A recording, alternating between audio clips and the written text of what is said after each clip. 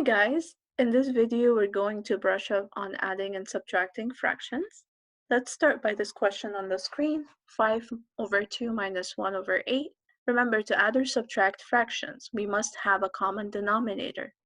If you do not know what that denominator should be, an easy trick is to write 1, 2, 3, 4, 5 under each denominator.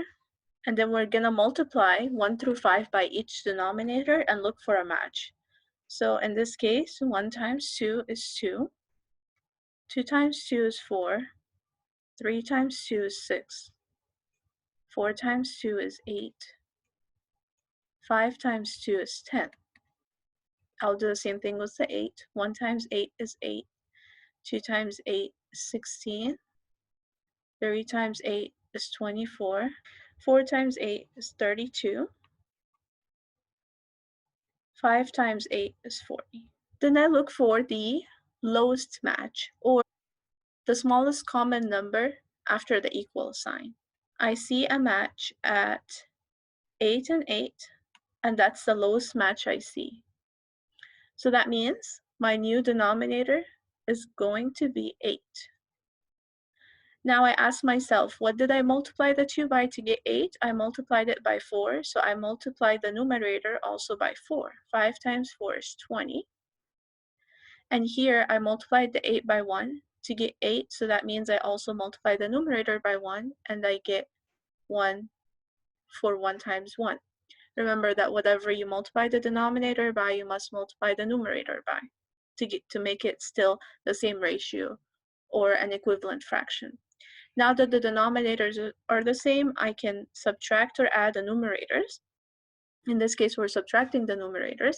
So 20 minus 1 is 19, and 8 stays the same. The denominator doesn't change when you're adding or subtracting fractions. Now I know 19 is a prime number because it only has 2 factors. I could only divide 19 by 19 and 1. I cannot divide 8 by 19. So that's the simplest form for the fraction. Let's look at another example. In this example, we're adding 1 over 6 and 3 over 2. Let's say I do not know what the common denominator is, so I'm going to go ahead and multiply 1 through 5 by each denominator. 1 times 6 is 6, 2 times 6 is 12, 3 times 6 is 18, 4 times 6 is 24, 5 times 6 is 30, and here 1 times 2 is 2, 2 times 2 is 4, 3 times 2 is 6, 4 times 2 is 8, 5 times 2 is 10. Now I'm going to look for the lowest match. The lowest match I have is 6 and 6. That's the smallest common number after the equal sign. So now that's my denominator.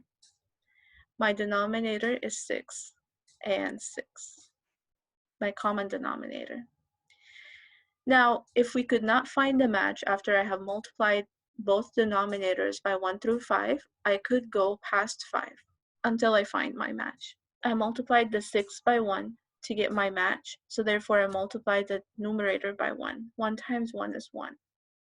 Here I multiplied the 2 by 3 to get my match, so I multiply the numerator also by 3. 3 times 3 is 9. And now I add the numerators. 1 plus 9 is 10, and the 6 remains the same. This is my answer, but it's not in the simplest form. To simplify a fraction, you want to see if there's a number that you could divide the denominator and the numerator by. The most common numbers are 2, 3, and 5. So first, let's see if 2 works. I could divide the 10 and the 6 by 2. In other words, I could half 10 and 6. 10 divided by 2 is 5. 6 divided by 2 is 3. So my final simplified form is 5 over 3. I know that I could not simplify this further because 5 is a prime number that could only be divided by 5 or 1, and 3 is a prime number that could only be divided by 3 or 1. So that's my final answer.